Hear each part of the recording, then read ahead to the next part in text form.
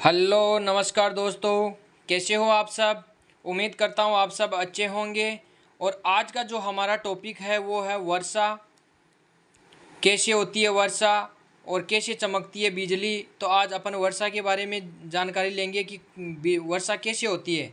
तो सबसे पहले वर्षा होने के लिए तीन महत्वपूर्ण बातें ध्यान में होनी चाहिए। तीन महत्वपूर्ण दशाएँ हैं जो कुछ इस प्रकार है। वायु का गर्म होना ज़रूरी है, यानी वर्षा होने के लिए वायु का गर्म होना ज़रूरी है। और जिस क्षेत्र में वर्षा होनी है उस क्षेत्र में आर्द्रता या नमी का होना ज़रूरी है और वायु का ऊपर उठना ज़रूरी है। अगर ये तीनों दशाएं होगी तो ही वर्षा होगी, वरना वर्षा नहीं होगी। इसके बाद में अपन ये एक डायग्राम है और डायग्राम के अनुसार मैं आपको बताऊंगा वर्षा कैसे होती है। नीचे ज़मीन पर गर्मी और ऊपर हवा में ठंडी। तो मान लो आपके घर में एक पतीला है और आप आग जलाते हो, पानी भर के पानी को उबालते हो, तो जो भाप बनकर ऊपर उठती है, भाप बनकर जो ऊपर उठती है और वही भाप जो वाष्प के रूप में ऊपर उठती है और उसका संघनन होता है, फिर वाष्प का संघनन होता है और वही संघनन के द्वारा वह जल की बूंदों में परिवर्तित हो जाती है। और जब जल की बूंदों के रूप में परिवर्तित हो जाती है तो वह बादल बन जाता है। और फिर वापस वैसी स्थिति बादलों से वापस छोटी छोटी बूंदों के रूप में पृष्ठीय तनाव के कारण छोटी छोटी बूंदों के रूप में वापस धरती पर पड़ती है और वापस गर्म होती है। ये चक्र चलता रहता है।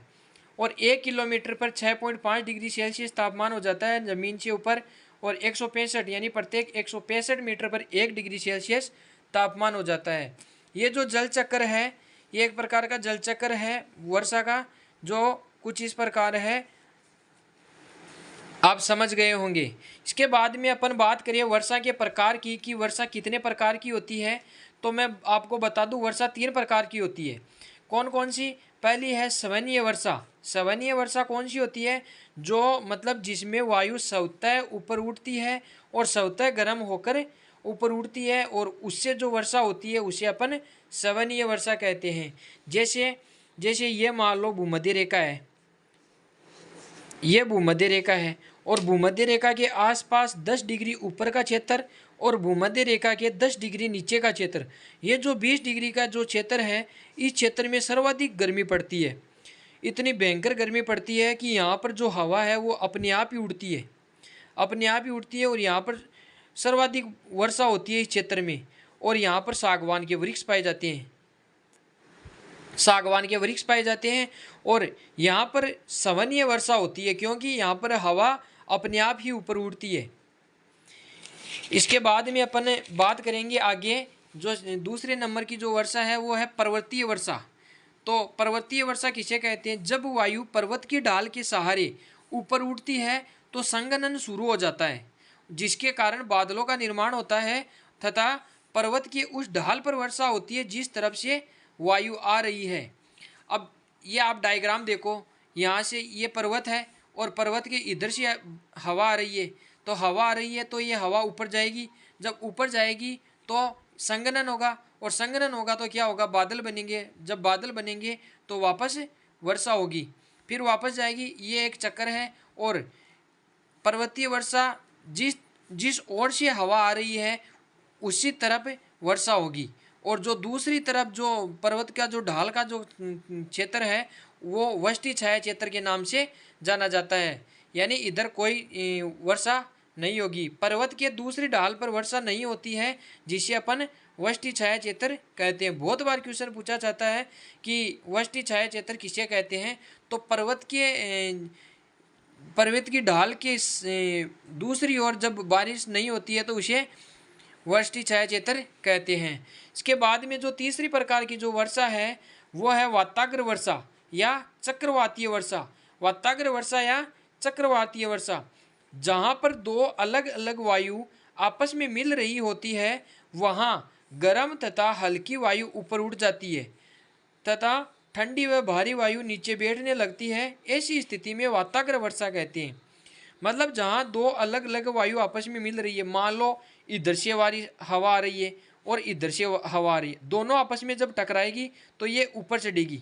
ऊपर चढ़ेगी तो जो ठंडी हवा है वो तो नीचे ज़मीन की ओर आएगी और जो गर्म हवा है वो आसमान की ओर ऊपर जाएगी। तो इस स्थिति में जो वर्षा होगी वो कौन सी है, चक्रवातीय वर्षा या वाताग्रीय वर्षा, क्योंकि इधर से चक्रवात आएगा, इधर से चक्रवात आएगा और दोनों टकराने से हवा जब ऊपर उठेगी तो उससे क्या होगा, संघनन होगा, और संघनन होकर क्या बने, बादल बनेगा, और बादल बनने के बाद में जो वर्षा होगी वो है वाताग्र वर्षा।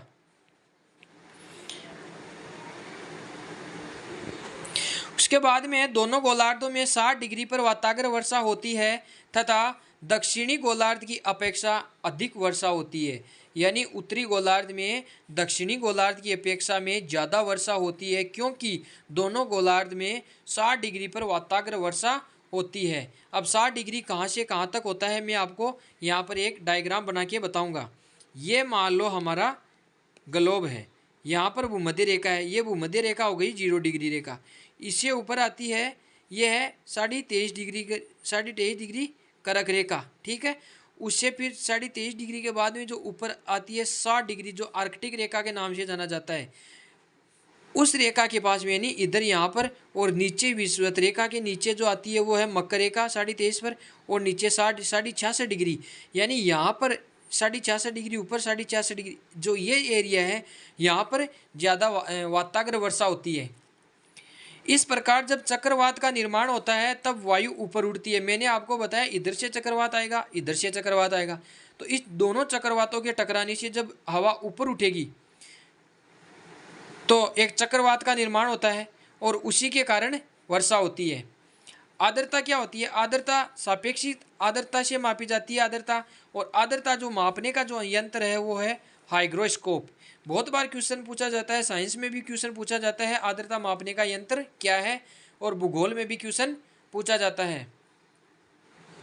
इसके बाद में मैं अगला जो हमारा इसके साथ ही एक टॉपिक स्टार्ट होगा जलवायु। वैसे तो जलवायु अलग से नहीं, वर्षा के साथ ही पढ़ाया जाता है जलवायु, वर्षा के साथ ही बताया जाता है जलवायु, क्योंकि जलवायु वैसे अलग टॉपिक है लेकिन वर्षा के साथ इसलिए बताया जाता है कि जो ये जलवायु है, जलवायु के कारण ही वर्षा होती है, जलवायु की स्थिति देखकर ही वर्षा होती है।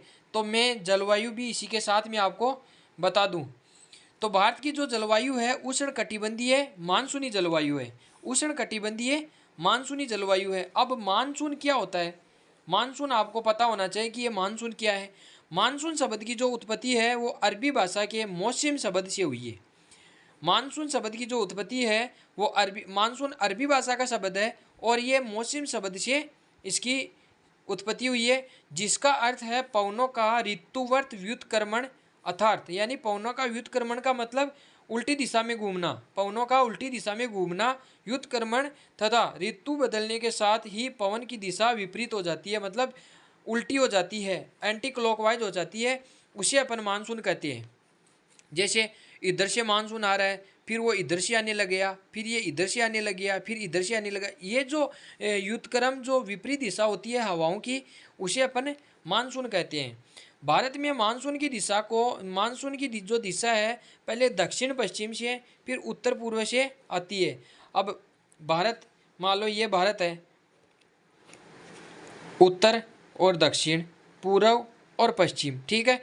तो जो भारत में जो मानसून की स्थिति पहले दक्षिण पश्चिम, यानी ये जो इधर से आती है, इधर से आती है पहले मानसून की जो है दक्षिण पश्चिम इधर से आती है, और फिर उत्तर पूर्व से आती है, फिर उत्तर से, यानी ये तो हो गया आता हुआ मानसून, आपने सुना होगा आता हुआ मानसून। और इधर से वापस आएगी जो सर्दियों में आएगी वो आता है लौटता हुआ मानसून। दक्षिण पश्चिम मानसून को आता हुआ मानसून तथा उत्तर पूर्वी मानसून को लौटता हुआ मानसून भी कहा जाता है। इसके बाद में अपन बात करें आता हुआ मानसून, तो आता हुआ मानसून की क्या स्थिति है, बहुत बार क्वेश्चन पूछा जाता है आता हुआ मानसून से। तो ये जून से सितंबर तक चलता है, आता हुआ जो मानसून है वो जून से सितंबर तक चलता है, क्योंकि हमारे भारत में लगभग जून में वर्षा शुरू हो जाती है, यानी 20 जून 25 जून के लगभग वर्षा शुरू हो जाती है। तो ये उसी मानसून के कारण शुरू होती है। ग्रीष्म ऋतु में उत्तर भारत के क्षेत्र तथा तिब्बत क्षेत्र में भीषण गर्मी पड़ती है। ग्रीष्म ऋतु में, यानी भारत का जो उत्तरी क्षेत्र है, भारत का जो उत्तरी क्षेत्र है, ये क्षेत्र भारत का जो उत्तरी क्षेत्र है, ये इस क्षेत्र में भयंकर गर्मी पड़ रही है, क्योंकि इस समय यानी जून के महीने में जून के महीने में जो सूर्य है वो कर्क रेखा पर है और भारत कर्क रेखा के बीच से भारत के बीच से होकर जाती है कर्क रेखा। सबको पता है गुजरात, राजस्थान, मध्य प्रदेश, छत्तीसगढ़, झारखंड, बिहार, ये जो इलाका है पश्चिम बंगाल ये त्रिपुरा वगैरह, इधर से 8 राज्यों से होकर आपको पता है जो कर्क रेखा इधर से गुजरती है। और कर्क रेखा के ऊपर अभी इस समय जून में मतलब आने वाले महीने में जून में ये जो कर्क रेखा पर रहेगा सूर्य, अब सूर्य कर्क रेखा पर रहेगा तो ये जो यहाँ हिंदुकुश पर्वत से लेकर यहाँ तिब्बत और चीन का जितना भी क्षेत्र है यहाँ पर भयंकर गर्मी पड़ेगी। अब भयंकर गर्मी पड़ेगी तो ये जो आता हुआ मानसून है, ये जो गर्मी है इस मानसून को अपनी ओर खींचेगी। तो इधर ये अरावली की पहाड़ियाँ हैं, इनके ढाल के किनारे सीधी जाकर हिमालय से टकराएगी। ये जो हवाएं हैं वो सीधी हिमालय से टकराएगी और इधर ये जो पहाड़ियाँ हैं वो बंगाल की खाड़ी, यानी जो मानसून है वो बंगाल की खाड़ी से होते हुए इधर जो मेघालय की पहाड़ियाँ हैं, गारो, खासी, जयंतियाँ, जहाँ भारत में सर्वाधिक वर्षा होती है, यहाँ पर गारो, खासी, जयंतियाँ जो पहाड़ियाँ हैं वहाँ पर सर्वाधिक बारिश होती है। जो मेघालय का एक स्थान है मानसिनराम, वहाँ पर सर्वाधिक वर्षा होती है। तो यहाँ पर ये मानसून इधर चला जाता है, बीच में वर्षा नहीं होती है क्योंकि ये मतलब यहाँ पर इतनी भयंकर गर्मी होने के कारण मानसून को अपनी ओर खींच लेता है। अब जब मानसून को अपनी ओर खींच लेता है तो ये हिमालय से टकराती है। अब हिमालय से टकराने के बाद में हवाएं ऊपर उठेगी, जब ऊपर उठेगी तो यहाँ पर बादल बनेंगे और यहाँ पर बादल बनने के बाद संघनन होकर वर्षा शुरू होगी। यहाँ पर इस एरिया में वर्षा शुरू होगी। तो अपन थ्योरी पढ़ेंगे। ग्रीष्म ऋतु में उत्तर भारत के क्षेत्र तथा तिब्बत क्षेत्र में भीषण गर्मी पड़ती है, जिस कारण यह क्षेत्र निम्न दाब का क्षेत्र तथा पवनों का दक्षिण पश्चिम क्षेत्र से भारत में प्रवेश करती है तथा प्रायद्वीपीय भारत के कारण 2 भागों में बढ़ जाती है। ये हवाएं मैंने बताई आपको, एक तो अरावली की ढाल के सहारे और एक इधर सीधी मेघालय के पठारों से टकराती है। तो ये 2 भागों में बढ़ जाती है ये हवाएं, इसे अपन आता हुआ मानसून कहते हैं। अब आता हुआ मानसून में 2 प्रकार की शाखाओं का वर्णन होता है। एक तो अरब सागर की शाखा, अरब सागर, इधर अरब सागर है और इधर बंगाल की खाड़ी है। तो एक तो अरब सागर से टकराकर हवा जाएगी सीधी हिमालय से टकराएगी और दूसरी है बंगाल की खाड़ी से होकर जाएगी जो मेघालय के पठारों से आकर टकर। अब अरब सागर की शाखा क्या कहती है, यह शाखा केरल के तट से भारत में प्रवेश करती है और तथा यहाँ से होते हुए उत्तरी भारत की ओर पहुँचती है। इसके पश्चात इसमें वर्षा पश्चिमी घाट पर तथा विंध्याचल व सतपुड़ा घाट के मध्य और पश्चिमोत्तर भारत से होते हुए उत्तराखंड के आसपास हिमालय क्षेत्र में होती है। तो मैं आपको भारत के मैप के अनुसार ये बात समझाऊंगा।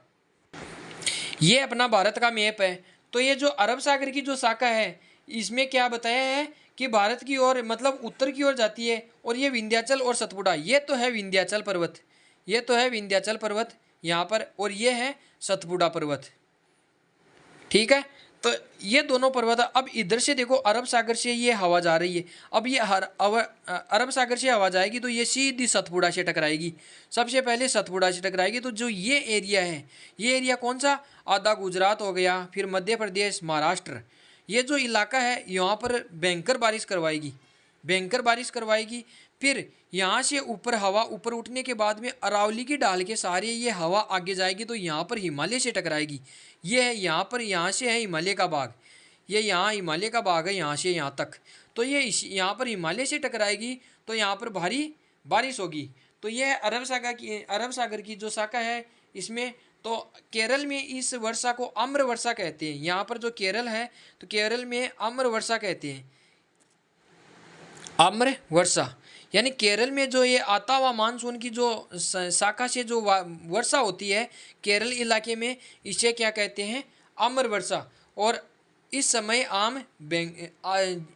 इस समय आम पक जाते हैं।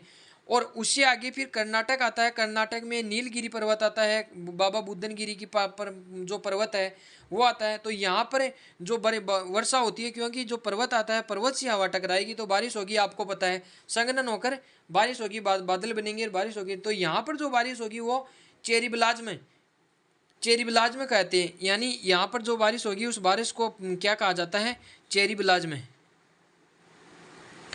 उसके बाद में अपन बात करें, इस समय उत्तर भारत में भयंकर हवाएं चलेगी, यानी यहाँ पर भयंकर हवाएं चलेगी, गर्म हवाएं चलेगी। मतलब जो ये जो समय चल रहा है अभी, कौन सा, मतलब अभी मई चल रहा है, मई और जून, ये जो 2 महीने भयंकर गर्म हवाएं चलेगी इस समय राजस्थान के इलाके और उत्तरी भारत में। और इन गर्म हवाओं को लू कहते हैं। बहुत बार क्वेश्चन पूछा जाता है कि उत्तरी भारत में जो गर्म हवाएं चलती है उसे किस नाम से जाना जाता है, तो लू के नाम से जाना जाता है। बंगाल क्षेत्र में इन घातक हवाओं के काल को काल वैसाखी कहते हैं।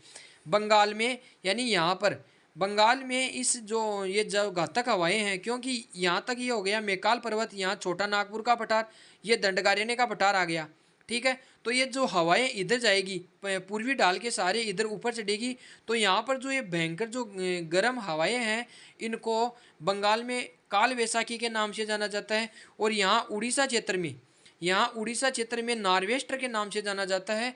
और यहाँ पर भयंकर तबाही होती है और भयंकर तूफान उड़ता है यहाँ पर। इसके बाद में अपन आगे पढ़ेंगे कि आगे क्या है।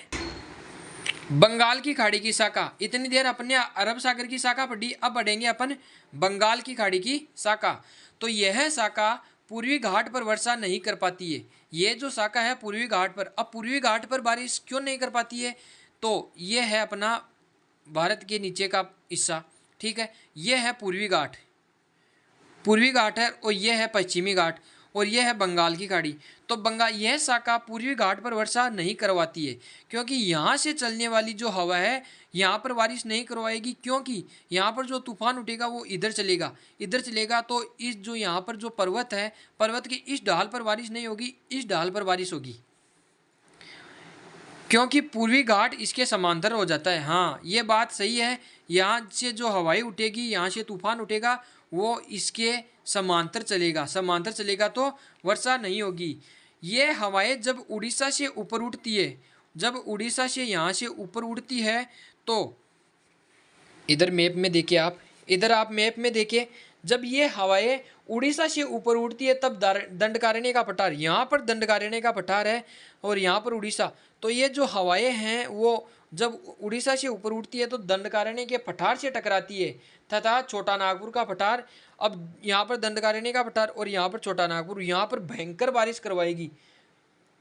उत्तर भारत में पड़ रही गर्मी इन्हें अपनी ओर, अब क्या है कि उत्तर भारत में, अब यहाँ पर जो उत्तर भारत का जो क्षेत्र है ये इस वर्षा को अपनी ओर आकर्षित करेगी, अपनी ओर खींचेगी, क्योंकि यहाँ पर भयंकर गर्मी पड़ रही है इस समय। और इस समय अगर भयंकर गर्मी पड़ रही है तो ये हवाएं इधर जाएगी, ये बारिश बादल इधर जाएंगे, और यहाँ पर फिर राजस्थान में भयंकर, राजस्थान है, उत्तर प्रदेश है, ये जो इलाका है ऊपर का, पंजाब हरियाणा, ये जो ऊपर का इलाका है यहाँ पर भयंकर वर्षा करवाएगी। उत्तर भारत में पड़ रही गर्मी इन्हें अपनी ओर आकर्षित कर लेती है। अतः ये पवनें उत्तर भारत में वर्षा करते हुए पश्चिमी भारत तक पहुंच जाती है, और जहां अरावली इन्हें रोककर पूर्वी ढाल पर भयंकर वर्षा करवाती है। अब ये है अरावली पर्वतमाला, यहाँ से ये अरावली पर्वतमाला है। तो अरावली पर्वतमाला इन्हें रोक रहे हैं पूर्वी ढाल पर क्यों, ये पश्चिमी ढाल है इधर, और इधर पूर्वी ढाल है ना। तो ये हवाएं इधर से आएगी तो पूर्वी ढाल पर ही बारिश होगी, पश्चिमी ढाल पर बारिश नहीं होगी, तो इधर मरुस्थल है। परंतु पश्चिमी ढाल वृष्टि छाया क्षेत्र तो हो जाता है, क्योंकि इधर बारिश होगी, तो ये दूसरी तरफ का जो है वो वृष्टि छाया क्षेत्र है। मैंने अभी कुछ देर पहले आपको बताया वृष्टि क्षेत्र छाया के बारे में। इसके बाद में है बंगाल की खाड़ी की ये शाखा जब पूर्वोत्तर भारत में प्रवेश करती है तब मेघालय स्थित गारो खासो और जयंतियाँ, यानी गारो खासी और जयंतियाँ इन्हें रोककर भयंकर वर्षा करवाती है। मैंने आपको बताया था कि ये जो हवा है वो इधर बंगाल की खाड़ी से होकर जब मध्य मेघालय के जो पठार है वहाँ से टकराएगी तो वहाँ पर सर्वाधिक भयंकर बारिश होगी। और मेघालय का एक मानसिन राम क्षेत्र है, मानसिन राम 1141, अब तो कुछ ज़्यादा हो गया, कम से कम 1250 का लगभग सेंटीमीटर वर्षा करवाती है। यहाँ सर्वाधिक, भारत में सर्वाधिक वर्षा मानसिन राम मेघालय में होती है। इन पवनों को उत्तर पूर्वी पहाड़ियाँ तथा हिमालय रोककर पूरे क्षेत्र में वर्षा करवाती है। इसके बाद में अपन इतनी देर अपन पढ़ रहे थे आता हुआ मानसून, अब पढ़ेंगे अपन लौटता हुआ मानसून। 2018 में चक्रवात आया था, डे नाम का चक्रवात आया था। म्यांमार ने नाम दिया था डे, और तितली नाम दिया था उसको पाकिस्तान ने। ऐसे कुछ ऐसे क्वेश्चन है नवीनतम जो मैं इसमें ऐड कर दूंगा, कमेंट में ऐड कर दूंगा, जो आप देख लेना। जो वर्तमान में जो पिछले 3 साल से और वर्तमान में जो जितने भी चक्रवात आए हैं उन चक्रवातों के बारे में मैं आपको बता दूंगा, क्योंकि वो एक प्रकार के मतलब करंट अफेयर से संबंधित है, तो वो आपको मैं बता दूंगा कमेंट में। इसके बाद में आता है लौटता हुआ मानसून। इतनी देर अपन आता हुआ मानसून पढ़ रहे थे अपन, और आता हुआ मानसून ने अरब सागर की शाखा देखी हमने और बंगाल की खाड़ी की शाखा देखी हमने। इसके बाद में अब है लौटता हुआ मानसून, यानी अक्टूबर नवंबर दिसंबर महीने के समय मानसूनी पवनें विपरीत दिशा में चलने लगती है। यानी ये मैप देखो आप, इतनी देर अपन इधर से जो हवा चल रही थी इधर से, वो अपन पढ़ रहे थे। अब अपन पढ़ेंगे ये हवाएं मतलब वापस आएगी, यानी इधर, यानी अक्टूबर नवंबर दिसंबर के महीने में ये हवाएं वापस आएगी, विपरीत दिशा में चलेगी। अब विपरीत दिशा में चलेगी तो यहाँ पर जो मध्य प्रदेश की जो पहाड़ियाँ हैं, कौन सी, विंध्याचल पर्वतमाला, इससे टकराएगी। इधर दंडकारण्य का पठार और छोटा नागपुर के पठार से टकराएगी, और अरावली पर्वतमाला है, अरावली पर्वतमाला पर टकराएगी। तो भारत में अरावली पर्वतमाला पर टकराएगी। तो यहाँ इस समय सर्दियों में जो वर्षा होती है उसे माउट कहते हैं। इसके बाद में है ये उत्तरी पूर्वी दिशा से आती है तथा इन पवनों में नमी होने के कारण उत्तरी भारत में वर्षा नहीं हो पाती है, परंतु जब भी ये पवनें बंगाल की खाड़ी से गुजरती है तब आर्द्रता ग्रहण करती है तथा दक्षिणी भारत में इस समय पड़ रही गर्मी इन्हें अपनी ओर आकर्षित कर रही होती है। अब बात करें अपन कि इतनी देर तो गर्मी पड़ रही थी उत्तर भारत में, अब लौटते हुए मानसून में दक्षिण दिशा में गर्मी भयंकर क्यों पड़ती है? क्योंकि जब गर्मियों में सूर्य कर्क रेखा पर होता है, गर्मियों में सूर्य कहाँ पर होता है? कर्क रेखा में होता है। और फिर जो सूर्य की स्थिति है अक्टूबर नवंबर महीने में सूर्य की जो स्थिति है वो मकर रेखा पर आ जाती है, मकर रेखा के आसपास क्षेत्र में आ जाती है। तो अब मकर रेखा के आसपास क्षेत्र में आ जाती है तो इधर उत्तरी क्षेत्र में तो भयंकर सर्दी पड़ती है और इधर गर्मी पड़ती है, यानी जो दक्षिणी इलाका है इधर गर्मी पड़ती है। तो इधर गर्मी पड़ती है तो सर्दी के इलाकों से इधर ये हवाएं अपनी ओर आकर्षित करेगी दक्षिणी भारत की ओर।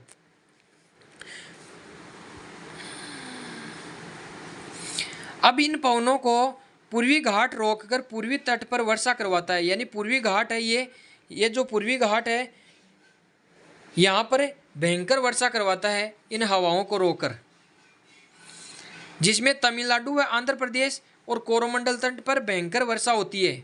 कोरोमंडल तट है तमिलनाडु का, उसे वहाँ पर भयंकर वर्षा होती है। इस समय बंगाल की खाड़ी में चक्रवात उत्पन्न होते हैं। ये पवनें इन चक्रवातों को अपने साथ खींच लाती है। बंगाल की खाड़ी में चक्रवात उत्पन्न, अभी इन्हीं हवाओं के कारण जब ये हवाएं इधर आती है, यानी यहाँ पर एक मालदा गैप है और मालदा गैप यहाँ पर इधर पर्वत है इधर पर्वत है, ये बीच का इलाका खाली है। तो इस खाली इलाके से हवा आएगी तो सीधी बंगाल की खाड़ी में गिरेगी। अब सीधी बंगाल की खाड़ी में गिरेगी तो यहाँ पर चक्रवात उत्पन्न होंगे। अब ये चक्रवात उत्पन्न होंगे तो यहाँ पर क्या होगा कि यहाँ पर चक्रवातीय वर्षा होगी। अब यहाँ पर सुनामी आएगी, भयंकर सुनामी आएगी, चक्रवात आएंगे भयंकर। जो मैंने आपको बताया डे और जो तितली मैंने आपको बताया था वो चक्रवात यहाँ बंगाल की खाड़ी में आते हैं। और यहाँ पर जब भयंकर चक्रवात आता है तो ये जो पूर्वी इलाका है यहाँ पर बाढ़ की स्थिति बन जाती है। कौन कौन सा? उड़ीसा का क्षेत्र आ गया और इधर आंध्र प्रदेश का क्षेत्र आ गया, थोड़ा तमिलनाडु का क्षेत्र और तेलंगाना, ये जो क्षेत्र है यहाँ तक का, यहाँ पर बाढ़ की स्थिति बन जाती है। इतनी भयंकर बाढ़ की स्थिति बन जाती है। इस समय बंगाल की खाड़ी में चक्रवात उत्पन्न होते हैं और ये पवनें इन चक्रवातों को अपने साथ खींच लाती है और पूर्वी तट पर इन्हें भयंकर चक्रवातीय वर्षा करवाती है। तो मैंने चक्रवातीय वर्षा के बारे में भी बताया और मैंने पर्वतीय वर्षा भी बताया, सैवानीय वर्षा भी मैंने बताई, वाताग्र वर्षा भी मैंने बताई आपको। तो ये वर्षा से रिलेटेड ही है क्योंकि जलवायु से ही उत्पन्न होती है, जलवायु वर्षा का एक उदाहरण है। अब अपन बात करेंगे शीतकालीन वर्षा, जिसको अपन मावट कहते हैं शीतकालीन वर्षा को। जनवरी फरवरी मार्च के समय जब भारत में विपरीत ऋतु चल रही होती है तब वर्षा नहीं होती है। यानी जनवरी फरवरी और मार्च के समय में जब भारत में शीत ऋतु चल रही होती है तब वर्षा नहीं होती है। और परंतु उत्तर पश्चिम भारत में उस समय वर्षा हो जाती है। क्यों हो जाती है उत्तर पश्चिम भारत में? क्योंकि ये भारत है और ये यहाँ पश्चिम है, ये उत्तर, ये जो इलाका है ना भारत का, ये उत्तर पश्चिमी इलाका है। और यहाँ पर वर्षा क्यों होती है माउंट की? क्योंकि भूमध्य सागर से इस समय तूफान उठते हैं, यानी अक्टूबर नवंबर दिसंबर के महीने में तूफान उठते हैं, जो जनवरी फरवरी मार्च के समय भारत की ओर आते हैं और यहाँ पर भारत में प्रवेश करते हैं। और जब भारत में प्रवेश करते हैं तो ये अरावली से टकराते हैं। अब अरावली गुजरात से लेकर रायसेना की पहाड़ी दिल्ली तक है स्थित है। तो ये अरावली की पहाड़ी पर जब ये टकराएगी हवाएं, तो यहाँ पर माउंट होगी जो शीतकालीन में होती है। परंतु उत्तर पश्चिम में भारत में उस समय वर्षा हो जाती है, जिन्हें स्थानीय रूप से माउंट कहते हैं। तो माउंट भूमध्य सागर से उठने वाले चक्रवातों के कारण ही उत्पन्न होती है, जिन्हें अपन माउंट कहते हैं। इस समय भूमध्य रेखा पर चक्रवातों का निर्माण होता है। भूमध्य रेखा, मैंने अभी बताया आपको कि भूमध्य रेखा पर चक्रवातों का निर्माण होता है, क्योंकि ये जो सूर्य की स्थिति है, अब ये देखो भूमध्य, ये अफ्रीका है, अफ्रीका महाद्वीप है ये। तो अफ्रीका महाद्वीप के ऊपर है यहाँ पर जो भूमध्य सागर है वो यहाँ पर स्थित है, अफ्रीका महाद्वीप पर। ये इधर एशिया आ गया, यहाँ पर यूरोप है, और अफ्रीका के इधर यहाँ उत्तरी अमेरिका, यहाँ दक्षिण अमेरिका, और ये अफ्रीका हो गया। तो अफ्रीका के जो ऊपरी भाग है यहाँ पर वो ये पाया जाता है। तो इधर से जब हवाएं चलेगी इधर से, क्योंकि यहाँ सूर्य की जब स्थिति रहेगी तो इधर यहाँ पर भयंकर गर्मी पड़ेगी, और भयंकर गर्मी पड़ेगी तो यहाँ पर क्या होगा? चक्रवात उत्पन्न होगा। जब चक्रवात भूमध्य सागर में जब चक्रवात उत्पन्न होगा तो ये जो चक्रवात की जो हवा है वो भारत की ओर आएगी, क्योंकि ये जो यूरोप का जो इलाका है इधर भयंकर गर्मी पड़ेगी। यहाँ पर सूर्य की स्थिति होगी तो यहाँ पर भयंकर गर्मी पड़ेगी, ठीक है। अब भयंकर गर्मी पड़ेगी तो इधर ये हवाएं आकर्षित होगी, यहाँ पर किसी पर्वत के सहारे जब हवा आगे आएगी तो भारत में अरावली की ढाल के सहारे, मतलब अरावली पे टकराएगी। सीधी जो हवाएं हैं वो भारत में अरावली पर्वत में टकराएगी। जब अरावली पर्वत में टकराएगी तो ये उत्तरी भारत है, उत्तरी भारत में भयंकर वर्षा होगी। जब भयंकर वर्षा होगी तो ये ऐसी स्थिति में जो वर्षा होती है शीतकालीन में, उसे अपन माउंट कहते हैं, जो सौभ सीमा तक पहुंच जाती है। अब ये जो हवाएं हैं सौभ सीमा, ये जो जितनी भी अपन वो वायुमंडल के टॉपिक में पढ़ेंगे, और वायुमंडल की 5 प्रत्येक के बारे में मैं आपको पढ़ाऊंगा, जो अगले वीडियो में पढ़ाऊंगा। सौभ मंडल है, उसके बाद में समताप मंडल है, उसके बाद में मध्य मंडल है, फिर आयन मंडल है, और फिर है बहिर्मंडल, जो मैं आपको अगले वीडियो में एक वीडियो लेकर आ जाऊँगा वायुमंडल का। तो उसमें मैं आपको बता दूंगा कि सौभ सीमा कहाँ पर है, समताप सीमा कहाँ पर है, ओजोन मंडल कौन सा है, वो सारा तापमान के साथ मैं आपको पूरा बता दूंगा। इसके बाद में ये सौभ सीमा तक पहुँच जाता है। इसी समय यहाँ पर उपोषण पछुआ जेट स्ट्रीम पाई जाती है। जो जेट स्ट्रीम और जेट पवनें हैं वो सौभ सीमा पर पाई जाती है। सौभ सीमा पर चलने वाली जो हवाएं हैं उन्हें अपन जेट स्ट्रीम के नाम से जानते हैं, जो इन चक्रवातों को खींचकर भारतीय क्षेत्र तक ले आती है, और ये पवनें भारत में उत्तर पश्चिम से प्रवेश करती है। ये जो हवाएं हैं वो भारत में उत्तर पश्चिम से प्रवेश करती है और इसी क्षेत्र में वर्षा करवाती है। यह वर्षा रबी की फसल के लिए अत्यधिक लाभदायक होती है।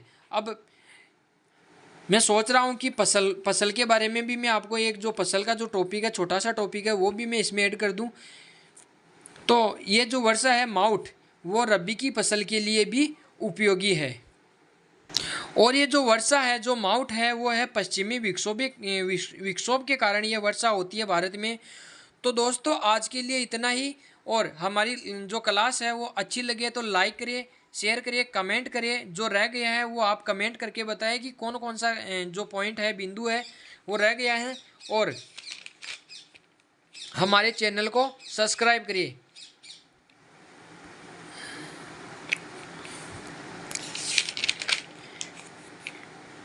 वीडियो को आप बार बार देखना, 2 से 3 बार आप देख लेना वीडियो को, ताकि अच्छे से कवर हो सके और कहीं और से पढ़ने की ज़रूरत नहीं पड़ेगी। क्योंकि मैंने एनसीईआरटी की बुकों से और अदर नोट्सों से चारों ओर से मतलब मैंने चारों ओर से ये उठाए हैं नोट्स, और फिर मैं आपको बता रहा हूँ। तो कहीं और से इस वीडियो में सुनने के बाद में, इस वीडियो को देखने के बाद में आपको कहीं और से पढ़ने की ज़रूरत नहीं पड़ेगी। तो आज के लिए इतना ही दोस्तों, आगे अपन अगले वीडियो में देखेंगे। अगले वीडियो में मैं आपको बताऊंगा कि फसल के बारे में बताऊंगा, कौन कौन सी फसलें हैं, और जियोग्राफी के एक एक टॉपिक का मैं वीडियो डाल दूंगा यूट्यूब पर। ठीक है, थैंक यू वेरी मच।